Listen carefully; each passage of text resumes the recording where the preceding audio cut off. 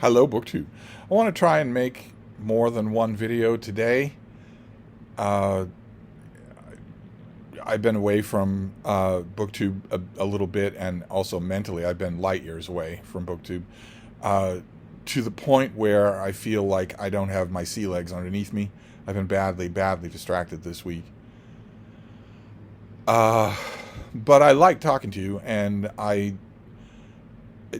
I'm accustomed to bombarding you with videos, not just making one a day like some sort of panty-waist Protestant.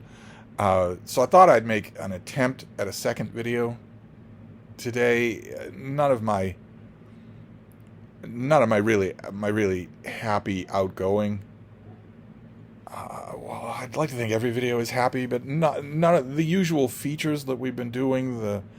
The Wednesday feature, the Thursday feature, the reading aloud of a book, etc., etc. The basically turning on the camera and doing a 20-minute disquisition on anything that happens to cross my mind, and then uploading it all for you so that you have something to listen to while you're making your head's casserole. I'm not yet in a place to do that. But the only way to get to that place is to work to get to that place. I don't, like I've said many times, I don't think that the hole that we open in our day in order to make BookTube videos is organic in any way.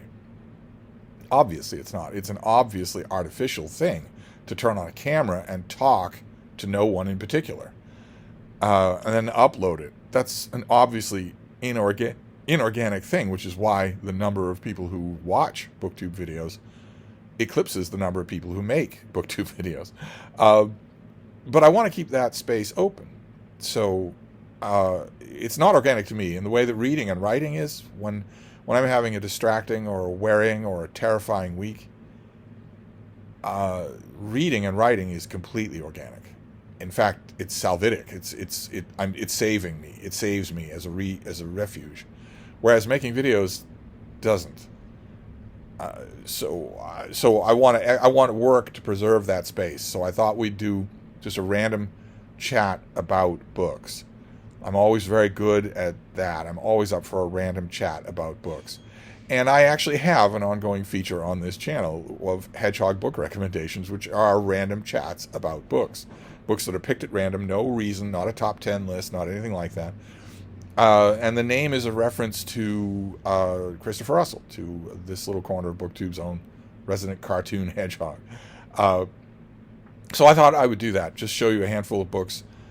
Not these aren't placeholders, they are things that I can recommend. Maybe some of them the recommendations will land more strongly with you than the books actually did with me. So it's not a placeholder video at all, but it's something that'll be easier for me to do when I am still distracted than any of the normal type of content that I will get back to. I promise, get back to it. So we'll do, the first one is by Robert Utley. I have praised Robert Utley on this channel many times. He's a wonderful writer. And he wrote a book called The Lance and the Shield, which is about Sitting Bull. That is obviously the best book on the subject, but also really good about the broader context of Sitting Bull's life. It's easy not to be. It's easy to concentrate on the heroics of Sitting Bull's life and also the very self-conscious theatrics of Sitting Bull's life. It's easy to concentrate on those two things. It's also, unfortunately, very easy for writers to lose track of the difference between those two things. But Utley doesn't. He knows a hack from a handsaw. He's really good on the subject. I don't know if any of his books are in print. It'd be a shame if he's lapsed out of print. Then we have something by Courtney Humphreys. This was terrific. Lots and lots of fun. It's natural history, but it doesn't feel like natural history because it's natural history that you can easily see. You have to go out hiking for it. It's Super Dove, and it's about pigeons. The ordinary breed of rock pigeons that is ubiquitous in cities all over the world. They're ubiquitous in cities all over the world because they are, as one person immortally coined, flying rats. They are ubiquitous in cities because humans waste food. It's almost a genetic marker of humans, of the species Homo sapiens sapiens, that it's almost a genetic marker that Homo sapiens waste food. if you were to make a small list of defining characteristics for Homo sapiens sapiens, for modern Homo sapiens, there's a taxonomic list that goes on for quite some time. But if you were to make an anecdotal species defining list, wasting food would be right at the top of that list, right along with genocidal. The only species on Earth that's genocidal. The only species on Earth where little children, where it's genetic, where little children will look at a pigeon crossing in front of them on the sidewalk, and not only will their impulse be to rush forward and kick the pigeon, one light kick from a child will cave in a pigeon's rib cage and sentence it to hours of agony before it dies. Not only will the child immediately, without any trauma involving pigeons, feel the urge to do that. Not hunting, just brutality. But the child will also feel and report, if you ask it in the moment, would you like to do that to all the pigeons on Earth, everywhere?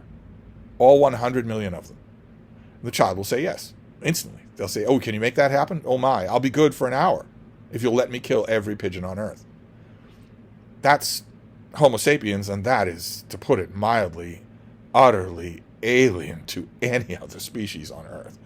But another thing that I think is just endemic to humans is that they waste food. I have lived with lots and lots of humans in my life, and at no circumstance, in any house, in any pension, in any apartment, in no circumstance where I've ever lived with a human being, and even one human being, has it not been true that I could, if I wanted, simply live on the food they throw away, and never buy food of my own. I did buy food of my own, but there was never a time when that wasn't true. And that's why pigeons flock, no pun intended, to cities, because there are mountains and mountains and mountains of wasted food. So pigeons and actual rats flock to cities, and so do predators. Ironically enough, since you've got all these pigeons and you've got all these rats, that's a steady food source for predators that don't really like to go through garbage. They don't really like to pick up a breadcrumb on the sidewalk. They'd much rather fall upon a pigeon that's picking up a breadcrumb at 45 miles an hour and snap its neck, bring the still warm body to the top of the nearest phone pole, and eat the thing in full view of a whole bunch of bird watchers with their phones. This book is one of many. I've read probably 10 books on the allure of pigeons, of urban pigeons, of a type of wild bird that you have certainly seen. You could, if you wanted to, they're scorned by birders, but you could, if you wanted to, make a study of pigeons. They almost immediately lose their fear of humans. All you need to do is bribe them with food. In any park, you could almost certainly, in the course of a matter of 2 days, you could bribe the pigeons in that park to have no fear of you and to come right up to you, and then you could examine them. You could watch what they do when you're not feeding them, how they interact with each other, how their voices change, what they're talking about, etc., etc. Common English house sparrows here in the United States, which, cue your Michael Myers voice, are neither English nor sparrows. They're far less adaptable than pigeons. They're an invasive species, and they are very, very adaptable, but they don't cuddle up to strangers as quick as pigeons do. Pigeons will do it almost immediately. And this book delves into that. So it's not just the natural history of pigeons, it's also the urban history of pigeons. One of probably 10 books on the subject that I have read. They're all wonderful. It really brings out the best in their writers. Then we have Brad Guch. This is his biography of the great poet Frank O'Hara, city poet. Very sympathetic biography, very, very well written. Brad Guch is an extremely good writer. And also an acid test for any book on Frank O'Hara, more narrowly, but also authors and specifically poets, more specifically. He's also really good at parsing the poetry. The poetry is not just something that Frank O'Hara was doing off stage, while on stage he's doing the things that Brad Guch is writing about. Brad Guch is also really good on the poetry, which is kind of what you want, but it's a tall order to ask for. Literary biographers really are up against it. if you do a biography of, I don't even know, Augustus St. Gaudens, if he was a sculptor, you can learn where the sculptures are, and you can maybe go to them and spend an afternoon staring at them and jot down your impressions. But no reader is expecting you to be conversant in the mechanics of making a sculpture. It'd be great if you are, but they aren't expecting you to be able to do that in the way that that at least one reader of literary biographies is expecting you to be conversant with the reason why you're writing a biography in the first place. I have actually read literary biographies of literary figures, where the biographer, the so-called biographer, admits up front that they have not read everything by their subject, or that they've read everything by their subject but only in somebody else's translation from the Latin, or more usually the Greek. Unbelievable. So finding a literary biographer of a poet who gets the poetry is an extra luxury. I strongly recommend the book. I also strongly recommend that you read Frank O'Hara's poetry. There was once upon a time a collected volume with a grainy black and white close-up of his face on the cover. That volume cannot still be in print, and I don't know what would have taken its place. Off the top of my head, I don't know if Frank O'Hara is in the Library of America. I don't think he is. I think I would remember that. I don't know if there's a modern library edition or an Everyman's Library edition. There's no Penguin edition. So I don't know what the state of his accessibility is, but I strongly recommend both things. Then we have Eric Bergrund. This is his book Fire in the Sky, about the air war in the Pacific theater of World War II. It's a big book. It's very colorful. It isn't as rigorous as I would like it to be, but it is very, very readable. And it's on a subject that, you can unearth a lot of heroics. If you go into the details, you can find a lot of heroics on both sides. There are a lot of great narratives. There are a lot of great stories here. I'm hesitating only because there are books that do this subject better. But Fire in the Sky is extremely accessible, and in both senses of the term. It will not penalize you for not having done your homework first, and also it's available. I'm pretty sure that it's a big fat trade paperback. I'm pretty sure that it's still in print. So a good volume on the subject. Then we have Leon Welsetier, a figure, a public intellectual and a public editor, or an influential editor, who was a very early example of cancel culture. But he did an introduction and also did all the legwork for this, The Moral Obligation to Be Intelligent, selected essays by Lionel Trilling, who never met a complex sentence that he didn't love. You've got the stereotypical cover there that tells a story on its own, a story that we allow the medical industry and euphemisms and self-serving editors to blur for us, which is that when you see a cover like that, you know how the author died. They died of that addiction. They didn't die in any other way, unless it's something like Frank O'Hara, where he was, in fact, dying of that addiction when he was struck by a car. But otherwise, unless it's something like that, then you will read on Wikipedia, you will read in their official obituaries, you'll read in their biographies. People will go out of their way to haul in euphemisms. Heart congestion, or secondary pneumonia. It just got out of the hospital and died of an opportunistic pneumonia infection. And that's what you'll get on the final page for the death of someone like Lionel Trilling, with no mention at all made of why they were in the hospital. This is a deadly addiction. It kills everyone who has it. But nevertheless, before he killed himself, Lionel Trilling wrote lots of really meaty essays. And say what you want about Welsetier, and I could say a lot. This is an extremely well-done volume. There will never be a better volume. When I read this as soon as it came out, I'd already read a lot of these pieces in their original publication venues. Because Trilling at his best, and he usually was at his best, he was very picky about what saw print. Trilling at his best was someone that you went out of your way to find. So in snail mail letters or on phone calls, word would spread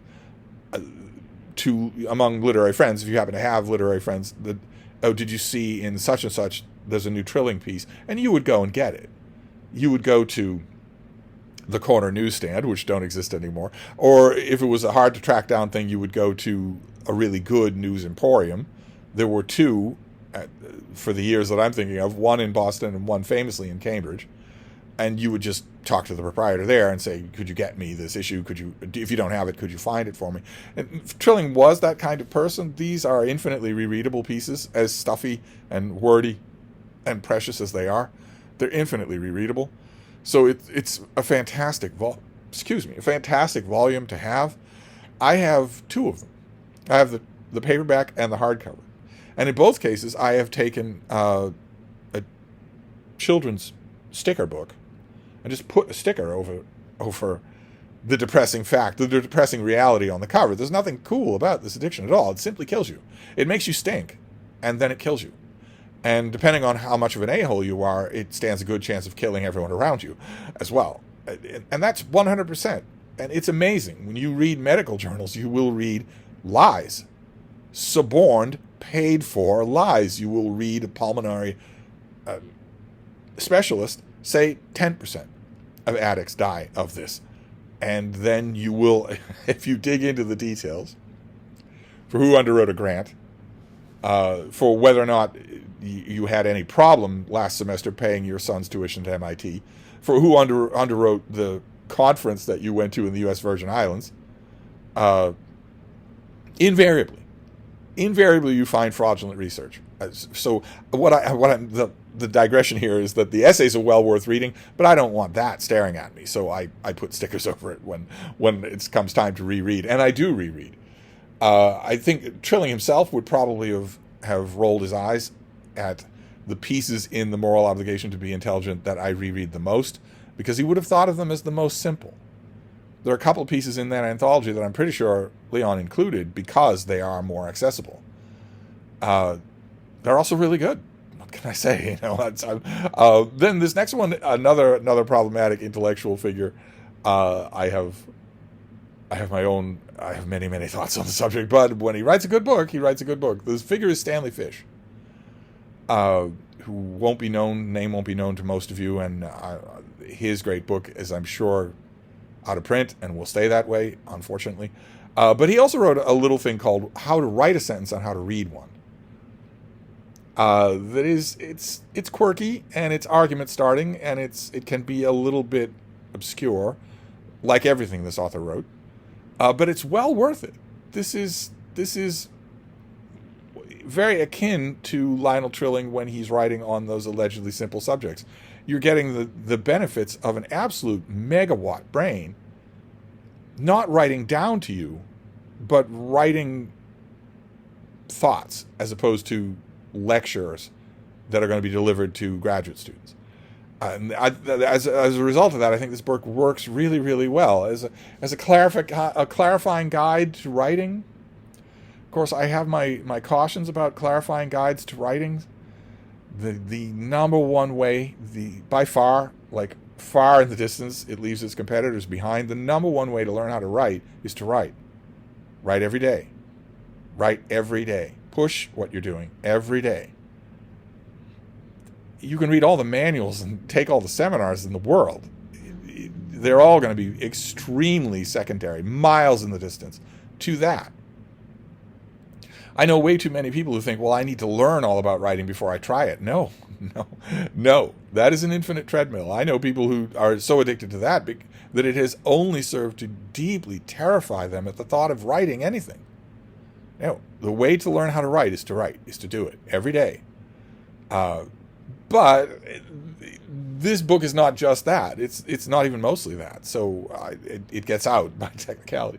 Then we have the New Oxford Companion to Music. This is 2 big volumes, and it is wonderful. Really, really wonderful. It's set up in an encyclopedic fashion, but there's so much erudition in these volumes. So many, recommendations. So much in the way of pointing you towards primary stuff, secondary consider. It's just they're a treasure trove. I don't think these 2 volumes are in print anymore. Once upon a time, they were kind of the de rigueur gift to give to your musical young friend. You had them at your Crocs and Britannias. You could go to the counter and say, "Oh, I know you won't have this, but I'd like to order it. And if there's a slipcase set, I'd like to get that. I'll pay extra for it." I don't think these are in print anymore. I don't think they exist anymore. But as a reference work, this is exactly the kind of reference work that has not been superseded by the internet, unless there's an electronic version of this, in which case it has been.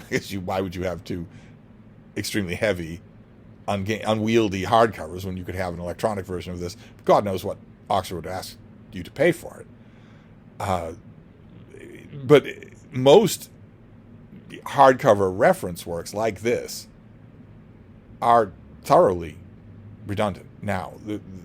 The internet has totally replaced them. Why would you go out and buy an American Heritage hardcover dictionary? Why would you do that? The only reason I could think of would be to get it and saddle some graduate with a gift of such a thing that they're never gonna use it. They're never gonna look at it. If they want a definition of a word, they'll look it up on their phone, which never leaves their hand.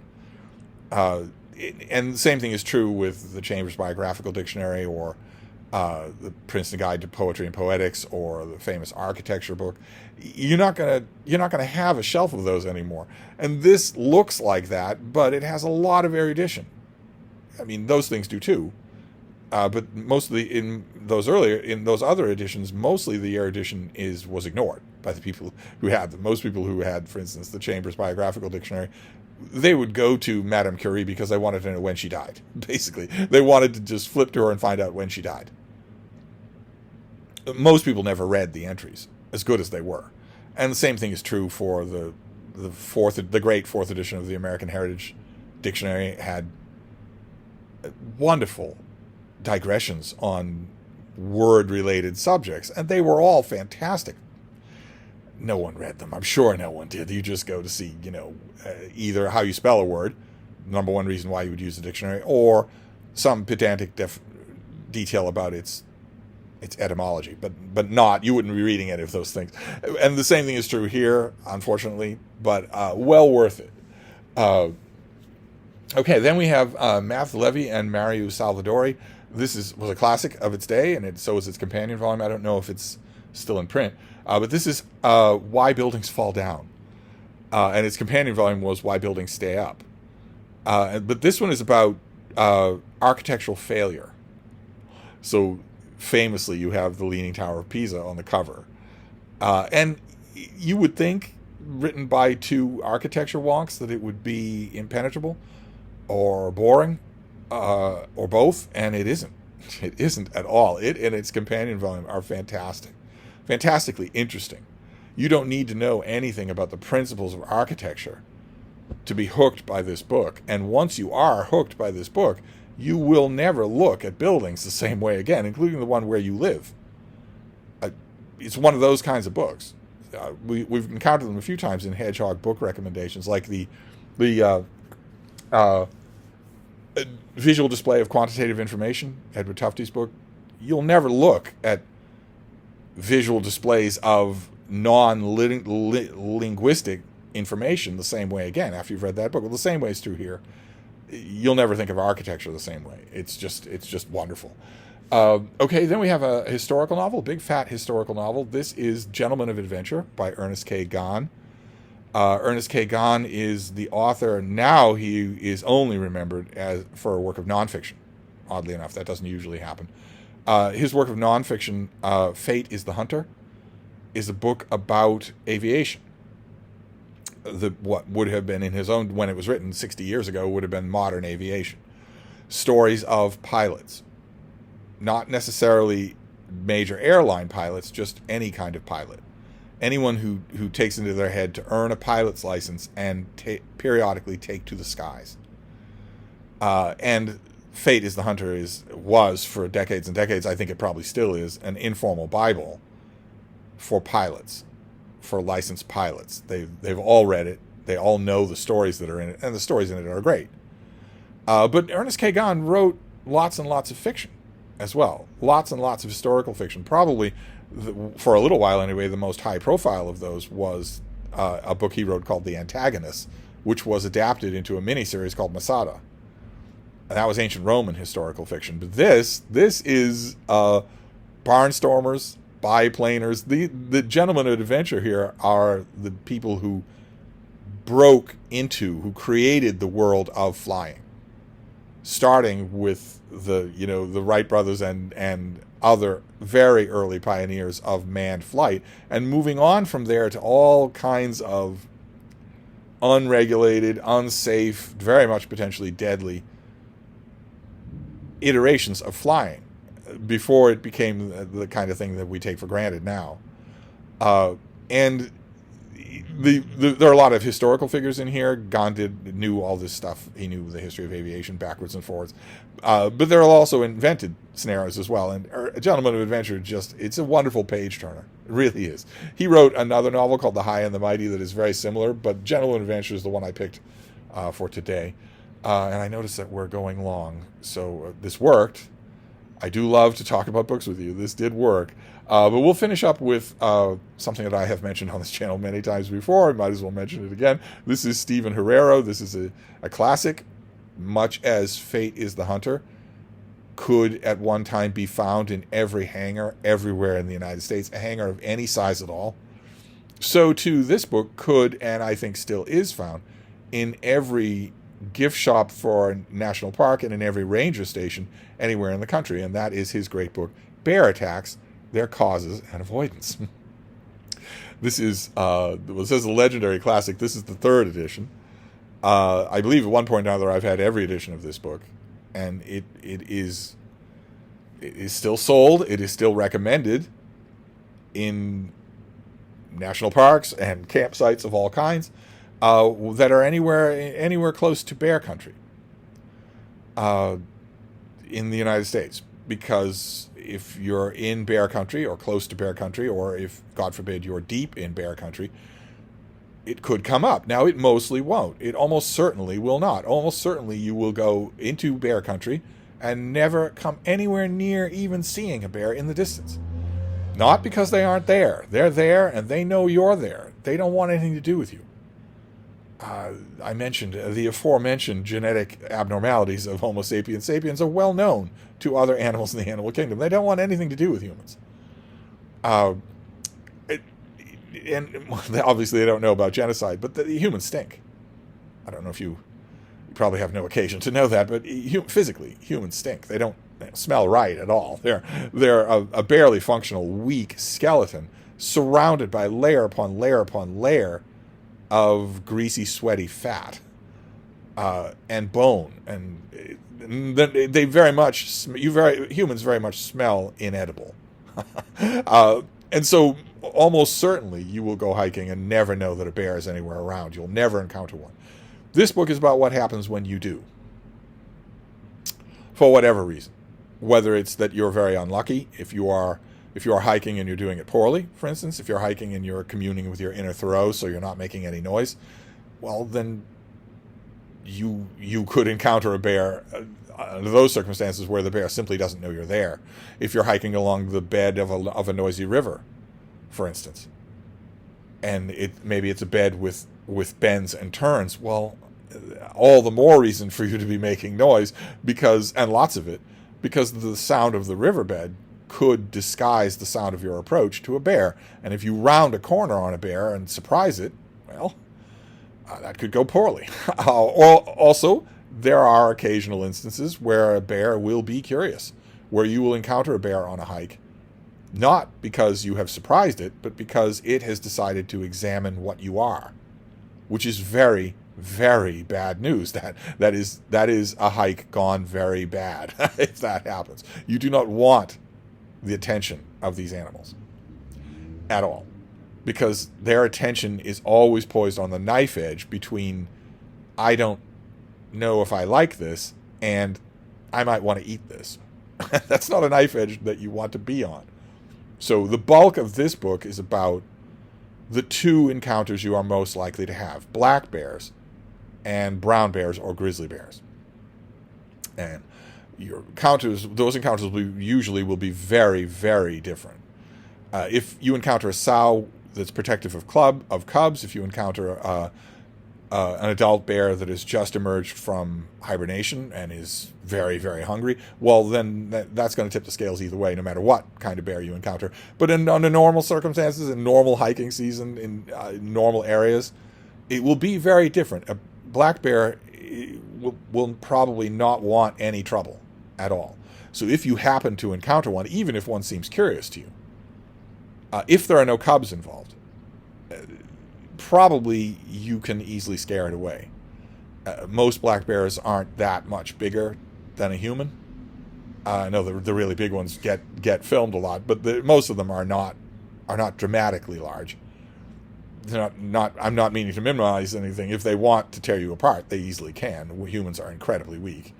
But most black bears will not want trouble. So if you see one that's paying you any kind of attention, stand your ground, make yourself big. If you've got a hiking stick, take your windbreaker off and drape it on your hiking stick and hold it up in the air, wave it around. Make yourself look like you're 10 feet tall. Make a lot of noise. Discourage the bear from doing anything. Ordinarily, that will be enough to make a black bear turn on its heel and run, because they don't want any trouble from you. And if a black bear doesn't turn on its heel and run, if, for instance, you have a protective mother, or if the black bear, for some other reason, has decided to call your bluff and actually tries to make contact with you, well, you must fight. Fight like your life depends on it. Your life does, in fact, depend on it. Fight as hard as you can. Use anything you have. Fight like wild. Fight with abandon. And sometimes that will work. Keep in mind, most predators are very careful about the risks they take. The more you give them the impression that preying on you is going to involve risk, the less they're going to want to do it, unless they are unbelievably powerful, in which case their calculus for risk is going to be not going to be in your favor either way. When you encounter a grizzly bear, that's a very different thing. Not only are grizzly bears much, much bigger than black bears, but they are also homicidal maniacs. They are always in a bad mood.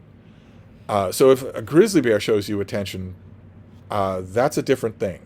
You want to be much more deferential. You want to abandon the path, back away from the bear, talking to it in a soothing tone the whole time, but definitely don't make eye contact. Don't make eye contact with black bears or brown bears. Don't do it. Don't look at them, but murmur to them in a loud but calm voice that you know, I know you're here. This is your path. I will yield the path. Everything's okay. The stereotypical hey bear, that sort of thing. You're doing that mainly because no other animal that a grizzly bear encounters is going to talk to it. So that sets you apart. That will maybe start to get the caution tickers ticking away, which is what you want. And also to calm yourself, because you don't want to panic. You definitely don't want to run. From a black bear or a grizzly bear, but especially from a grizzly bear, you don't want to run. Not only because it's useless, you could run on horseback and a grizzly bear could still overtake you, but also because it triggers predation mindlessly. It will make the bear will immediately think of you as prey if you do that. All the question will be removed at that point, and you don't want that. You don't want that to happen. But when you're backing away from a grizzly bear, for instance, don't back straight away.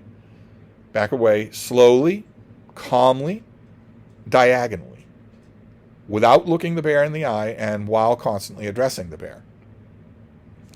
And that will almost certainly diffuse the situation. The bear will almost certainly turn around and go in some other direction, or it will take the path and just give you a sidelong look. And, you know, by that point, once you've done that, you can have your bear spray ready. You should definitely learn from your park rangers how to use bear spray and how not to use it. It's no good at all to fire bear spray unless the bear is right on top of you. If it's not close to you, it's waste and might irritate the animal. And then there's the question of what happens if that doesn't do anything, if that doesn't help, if your grizzly bear is still intent on you. Well, that's really, really bad. I don't know if you've ever seen pictures of what a grizzly bear's claws look like. They can open you up like a piñata easily. So if a grizzly bear shows that it is paying you more attention, even though you're doing everything right, you don't fight. You have no chance. And these things are already aggressive. Fighting will just doom you. Instead, you want to lay down on the ground, face down, spread your legs and try to keep them spread, and interlace your fingers behind your neck. Leave your backpack on, leave your coat on, put a hood up over your head, and interlace your fingers behind your neck. It's a thin precaution, but it might work. The thing that a bear is going to want to do, the reason why you spread your legs is because they're going to want to flip you over and disembowel you. And if you spread your legs, it's harder to do that. So spread your legs and lock them spread. And the reason why you interlace your fingers is because they're going to want to snap your neck. They're going to want to one quick solid bite down on your neck to snap your neck, which would paralyze you but leave you alive, so that they can feast on you at your body temperature, which is what they prefer. So you want to do both of those things and just put up with whatever the bear does, which is the hardest thing in the world to do. You don't want to scream. If you can at all help it, you don't want to scream. You certainly don't want to bolt up and go anywhere. Let it do what it's going to do until it loses interest. And it almost certainly will. Like I mentioned, you are not a typical prey animal. You're not savory or enticing in any way. And if the bear loses interest, maybe a grizzly bear has done some damage to you, but if the bear loses interest, it will wander away. And if that happens, you could survive. Just keep in mind that the first time the bear wanders away, it has not wandered far. So when the bear leaves you alone, maybe you're bleeding, maybe you're in pain, don't bolt up and run. Not only are you disoriented, and not only, as we mentioned, can you not outrun a bear, but if it's still there watching, it's waiting to see if it can provoke that reaction. Don't do that. Wait it out. Wait until you're sure the bear is not in the area anymore, as sure as you can be. It's the hardest thing in the world to do. You're going to want to panic. But for your own safety's sake, for your own life, don't. And anyway, sorry to go on. Herrero covers all this stuff. All this stuff. Of course, none of this advice applies to the third scenario in the United States or Canada, which is a polar bear. None of these things apply there. With a polar bear, it's simply God's will. Is he going to save you? Are the gods going to save you, or are they not? There's nothing you can do to mitigate things. There's nothing you can do to outwit a polar bear. Polar bear is smarter than you are, so they're certainly smarter than a grizzly bear. And they are not intimidated by you in any way. There are bits. I don't know about the third edition here, but there's a bit about polar bears. But with polar bears, it's largely an act of God. It's like trying to take precautions against a lightning strike. But with black bears and brown bears, this is very effective. I'm sure this book has saved some lives. There's also a lot in here about common sense for campfires and disposing of your food and whatnot. All well worth paying attention to. So that is that book for the fifth time I've talked about it on this channel, and also that is this Hedgehog book recommendation. That is a random set of books to get me talking and to get my little dog yipping. She yips now, so I'm gonna wrap this up before she gets any louder. But I'll be back, and thank you for your patience. I will be in true form soon enough. Thank you, BookTube.